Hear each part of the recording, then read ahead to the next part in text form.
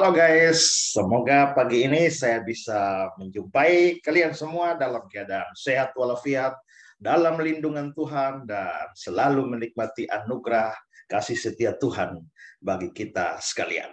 Nah, pasti hari ini banyak yang happy karena merayakan hari Valentine. Saya bangun pagi dan membuka WA dan beberapa rentetan WA telah masuk membahas sejarah Valentine, dan setelah dibahas sini sana akhirnya ujung-ujungnya adalah bahwa merayakan atau ikut terlibat di dalam pelayanan, maksud saya adalah kegiatan-kegiatan Valentine termasuk mengucapkan Valentine itu hukumnya adalah haram. Lalu dipersoalkan juga bahwa di dalam Alkitab itu tidak ada perintah untuk merayakan Valentine. Ini kan terlalu konyol. Pertanyaannya adalah orang semacam ini pun merayakan Natal apa tidak? Soalnya di Alkitab pun tidak ada perintah untuk merayakan Natal. Apakah orang ini merayakan ulang tahun? Tidak. Soalnya di Alkitab juga tidak ada perintah merayakan ulang tahun. Apakah orang ini turut merayakan kemerdekaan Indonesia atau tidak? Soalnya di Alkitab pun tidak ada perintah untuk merayakan hari kemerdekaan suatu negara. Prinsipnya begini, bahwa kalau Alkitab tidak perintahkan, ya itu tidak harus berarti bahwa kita tidak boleh melakukan sepanjang Alkitab tidak melarang. Kecuali Alkitab melarang merayakan Natal, okelah, kita merayakan Natal salah. Kalau Alkitab melarang merayakan ulang tahun, ya merayakan ulang tahun jadi dosa. Kecuali Alkitab melarang orang membuat perayaan apa saja, ya termasuk Valentine. Tapi kan tidak, nggak ada perintah, nggak ada larangan. Lalu why not? Ya, yang penting adalah pada waktu kita melakukannya, kita membawa kemuliaan bagi Tuhan atau tidak. Jikalau engkau makan, jikalau engkau minum, jikalau engkau melakukan sesuatu yang lain, lakukanlah untuk kemuliaan Tuhan. Begitu kan kata Paulus. Nah, ya, tapi seringkali Valentine hanya ditafsirkan secara sempit, yaitu hari kasih sayang antara sepasang kekasih atau orang dengan pasangannya atau suami istri. Tapi begini ya, ada satu kebiasaan di dalam kekristenan. Itu adalah mengambil istilah-istilah tertentu di dalam berbagai macam kebudayaan, lalu isinya diganti dengan konsep Kristiani. Misalnya saja dari Yahudi sendiri, Paskah. Kalau saudara membaca kata Paskah di dalam Alkitab, itu tidak pernah ada kata Paskah di dalam Alkitab yang mengacu kepada Paskah Kristen, yang merujuk kepada kematian atau kebangkitan Tuhan Yesus. Tidak. Semua Paskah di Alkitab itu bicara soal Paskah Yahudi. Tapi orang Kristen mengambil istilah Paskah, isi lamanya dibuang.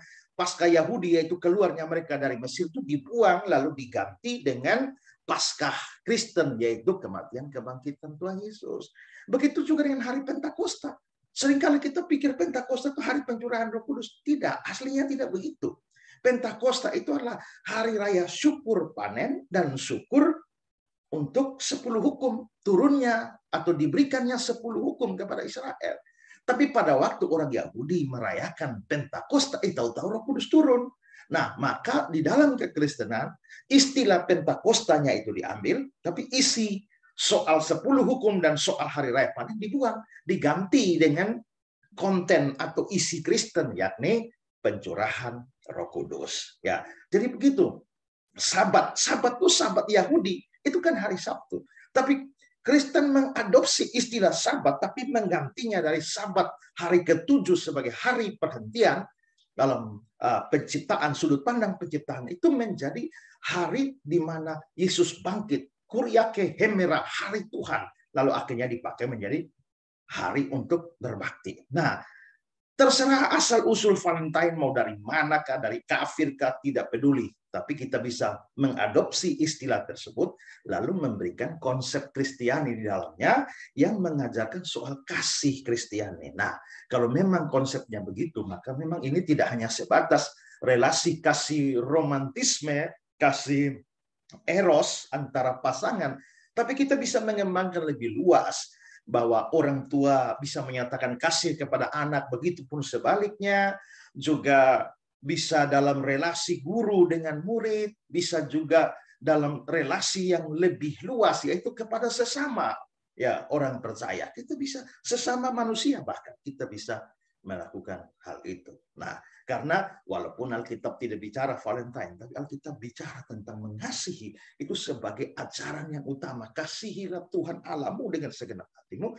kasihilah sesamamu sendiri ya seperti dirimu sendiri. Nah, kalau begitu ya, kalau saudara bersukacita di dalam mau merayakan Valentine hari ini, ya jangan hanya pikir melakukan sesuatu untuk pasanganmu, tapi juga pikirkan lakukan apa untuk orang tua, lakukan apa untuk anakmu, ya, lakukan apa untuk tetanggamu, lakukan apa untuk gurumu, ya, lakukan apa untuk muridmu, bahkan orang-orang susah, ya, di sekitar saudara, ya.